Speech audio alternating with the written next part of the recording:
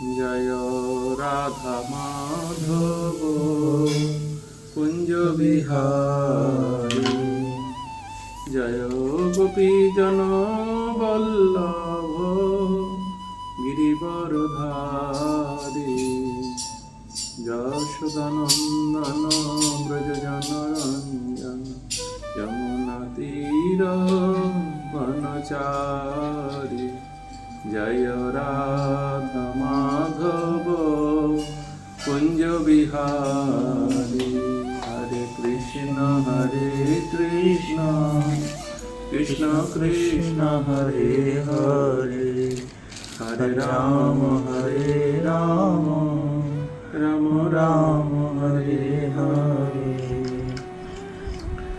বন্দেহং শ্রীগুরু শ্রীযুতপদকমलं শ্রীগুরুं वैष्णवांश्च श्रीरूपं शक्रजातं सहगणो रघुनाथं नितं तं सजीवं साग्रतं सवधूतं परिजनासहितं कृष्ण चैतन्यदेवं श्रीराधाकृष्णपादान् देवं सहगणो ललिता श्रीविशाखामृतंश्च। हे कृष्ण करुणा सिन्धु दीनबन्धु जगत्पते गोपेश गोपिकान्त राधाकान्त नमस्तुते। तप्त काञ्चन गौराङ्गी राधे वृन्दावनेश्वरी वृषभानुसुतदेवी प्रणमामि हरिप्रिये।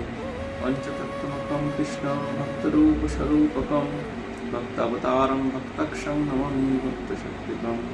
अज्ञानतिमिरान्धस्य ज्ञानाञ्जनशलाकया चक्षुरुन्मीलितं येन तस्मै श्रीगुरवे नमः। नमोऽयं विष्णुपादाय कृष्णपृष्ठाय भूतले श्रीमते जयपताका स्वामीति नामिने। नमो आचार्यपादाय निताय कृपाप्रदायिने गौरकरधामधर नगरग्रामतारिणे। नमोऽयं विष्णुपादाय कृष्णपृष्ठाय भूतले श्रीमते भक्तिवेदान्त स्वामीति नामिने। नमस्ते सरस्वती देवे गौरवाणी प्रचारिणे निर्विशेषशून्यवादी पाश्चात्यदेशतारिणे। जय श्री कृष्ण चैतन्य प्रभु नित्यानंद श्री अद्वैत गदाधर शिवसति गौर भक्तवृंद। हरे कृष्ण कृष्ण कृष्ण हरे हरे, हरे राम राम राम हरे हरे। ओम वृंदावै तुलसीदेव प्रियाय केशवस्य च विष्णुभक्तपदे शङ्करभक्तये वाञ्छाकल्पतरुभ्यश्च कृपा सिन्धुभ्येव च पतितानां पावनेभ्यो वैष्णवेभ्यो नमो।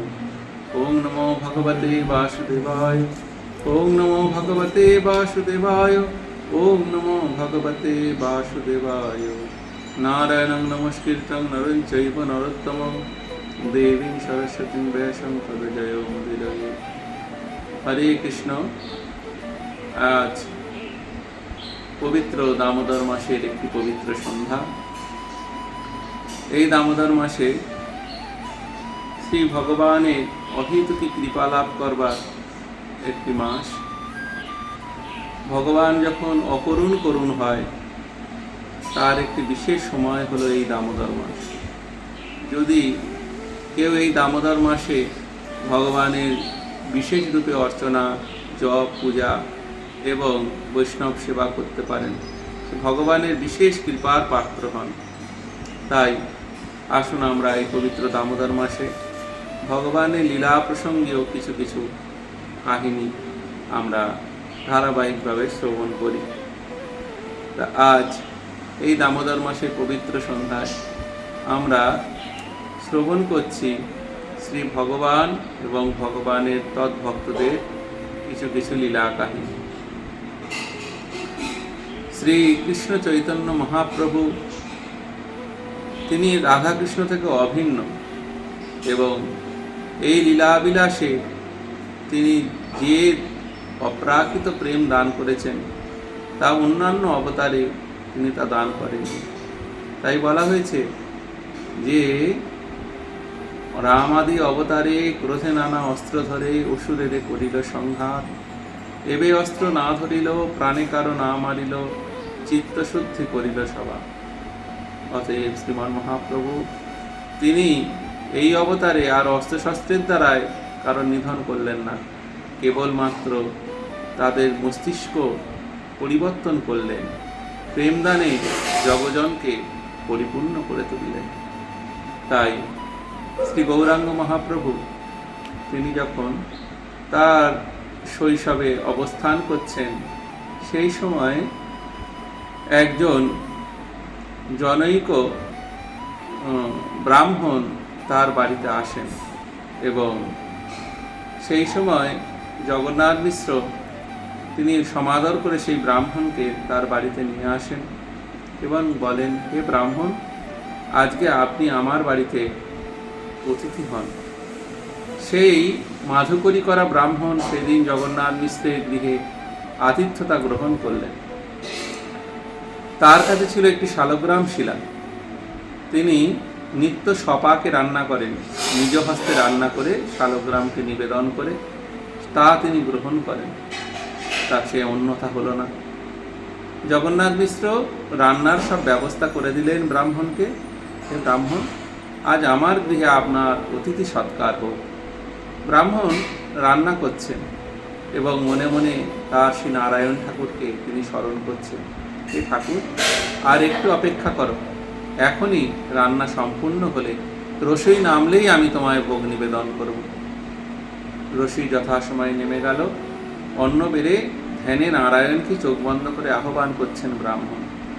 আর যখন তিনি চোখ খুললেন, ধ্যান থেকে উঠলেন, দেখলেন ওই বাড়ির ছোট ছেলে বিশ্বরূপের ভাই বিশ্বম্ভর অর্থাৎ আমাদের নিমাই সেই সম্মুখে বসে আছেন এবং সেই থালা থেকে সেই অন্ন তিনি গ্রহণ করছেন।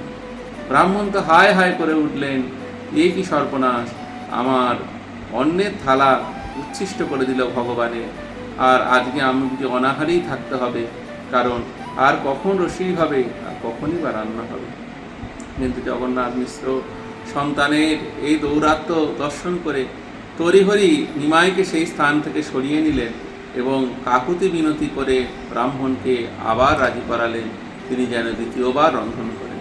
ব্রাহ্মণ বললেন, আজ আমার কপালে নেই, তাই আর দ্বিতীয়বার অন্ন রান্না করে প্রয়োজনীয়তা নেই। কিন্তু জগন্নাথ মিশ্রের একান্ত আকুতিপূর্ণ কথায় সেই ব্রাহ্মণ দ্বিতীয়বার রন্ধন করলেন সবাকে। আবার তিনি ভগবান শ্রীকৃষ্ণকে নিবেদন করলেন এবং শালগ্রামকে নিবেদন করলেন। চোখ খুলে দেখলেন সম্মুখে আবার নিমাই বসে আছে এবং সেই নৈবেদ্যের থালা থেকে সেই অন্ন তিনি গ্রহণ করছেন। ব্রাহ্মণ আবার হায় হায় করে উঠলেন, বললেন, আজ আর আমার কপালে নেই, এই দুরন্ত সন্তানকে তোমরা কেউ একজন সম্বরণ করো। জগন্নাথ মিশ্র তড়িঘড়ি হায় হায় করে এসে নিমাই তো ঘরের ভিতরে ছিল, এখন কি করে এলো? তাই নিমাইকে সরিয়ে নেওয়া হলো এবং বাড়ির অন্দরমহলে যেসব মায়েরা ছিলেন তাদেরকে বললেন, নিমাইকে তোমরা পাহারা দাও, কোনো কারণে নিমাই যেন ঘরের বাইরে ছিটকিনি খুলে না বেরিয়ে আসতে পারে। যদিও নিমাই সে সময় ছিটকিনি খোলবার বয়স নয়, সে তখন অত্যন্ত শিশু। কিন্তু এদিকে ব্রাহ্মণ বললেন, আজ আর কিছু গ্রহণ করব না, আজ অনাহারই থাকবে। কিন্তু জগন্নাথ মিশ্র শুদ্ধ ব্রাহ্মণ, তিনি মনে করলেন আমার গৃহে একজন তৈত্বিক ব্রাহ্মণ অনাহারে থাকবে, এই কেমন করে হয়। তাই তিনি আকুতি মিনতি করলেন, কিন্তু তাতে কোনো কাজ হলো না। ঠিক সেই সময় মহাপ্রভুর দাদা বিশ্বরূপ, তিনিও তখন শিশু, কিন্তু তার এমন মনোরম রূপ এবং এত মিষ্টি স্বভাব এবং তার সেই মধুময় বাক্যে সেই ব্রাহ্মণের কাছে এসে বললেন, হে ব্রাহ্মণ, আমি আপনাকে অনুরোধ করছি, আপনি আর একবার মাত্র আপনি বিষ্ণুকে এই অন্ন রান্না করে দিন। সারাদিনের পরে প্রায় সন্ধ্যা আগত, সেই সময় সেই ব্রাহ্মণ অনেক কাকুবাদ শ্রবণ করে তিনি রান্নায় বসলেন। কিন্তু রান্না সম্পূর্ণ হলো অনেক রাত্রে। সে সময় নিমাই ঘুমিয়েও পড়েছে। সেই সময় বাড়ির কেউ তেমন জেগে নেই। ব্রাহ্মণ নিঃশব্দে ভগবানকে পুনরায় নিবেদন করলেন এবং পুনরায় যখন তার ধ্যান থেকে তিনি উঠলেন, দেখলেন সম্মুখে আবার নিমাই বসে আছেন। এই সময় নিমাই জিজ্ঞাসা করলেন, তুমি বারবার আমার অন্ন কেন নষ্ট করছো? তখন নিমাই বললেন, হে ব্রাহ্মণ, তুমি আমায় প্রতিবার ডাকছো এবং প্রতিবার তুমি আমায় নিবেদন করছো, তাই তো আমি তোমার দেয়া নৈবেদ্য গ্রহণ করছি। তুমি কি বুঝতে পারছো না? সেই সময় আমাদের শ্রী গৌরাঙ্গ মহাপ্রভু আমাদের বিশ্বম্ভর নিমাই নিজস্বরূপ শঙ্খচক্র গদাপদ্ম ধারণ করে সেই ব্রাহ্মণকে দেখালেন যে তিনি বর্তমানে শ্রী নবদ্বীপে জগন্নাথ মিশ্রের আলয়ে অবস্থান করছেন বটে, নিমাই নাম ধারণ করে, কিন্তু তিনি হচ্ছেন সেই বৈকুণ্ঠপতি শ্রী ভগবান শ্রী বিষ্ণু। তো ঠিক ব্রাহ্মণ সেইখানে দণ্ডবত প্রণাম হয়ে পড়লেন এবং বললেন, অহোভাগ্য, আমি আজ শ্রী বিষ্ণুর আলয়েই অবস্থান করছি, আমার জীবন ধন্য হলো, আমার নবদ্বীপ আগমন ধন্য হলো, আমার জীবনের যত সাধন ভজন করেছি সব ধন্য হলো। তখন বারবার শ্রী নিমাইয়ের পাদপদ্মে বন্দনা করতে লাগলেন এবং প্রণাম করতে লাগলেন। এদিকে সেই অবস্থায় জগন্নাথ মিশ্র দেখলেন যে ঘরে ছিটকিনি দেয়া বাড়ির মেয়েরা সব ভেতরে নিদ্রিত অবস্থায় নিমাইকে নিয়ে রয়েছে। নিমাই বেরোলেও কী করে? যাই হোক, সেই সময় নিমাইকে যখন সরানো হলো তখন ব্রাহ্মণ বললেন, আজ আমার জীবন ধন্য হলো, হে জগন্নাথ মিশ্র, আপনার এই পুত্র সন্তানটি কোনো সাধারণ কেউ নয়, তিনি সাক্ষাৎ শ্রী বিষ্ণুর অংশজাত। তাই আজ থেকে আমি আর কোনো তীর্থ ভ্রমণ না করে এই নবদ্বীপেই বসবাস করব। তা ব্রাহ্মণ তীর্থ পর্যটন সমাপ্তি করে এই শ্রীধাম নবদ্বীপেই অবস্থান করতে লাগলেন। কেন না, পৃথিবীর যত ধাম আছে সব ধামই নবদ্বীপে সুপ্তরূপে গুপ্তরূপে অবস্থান করছে।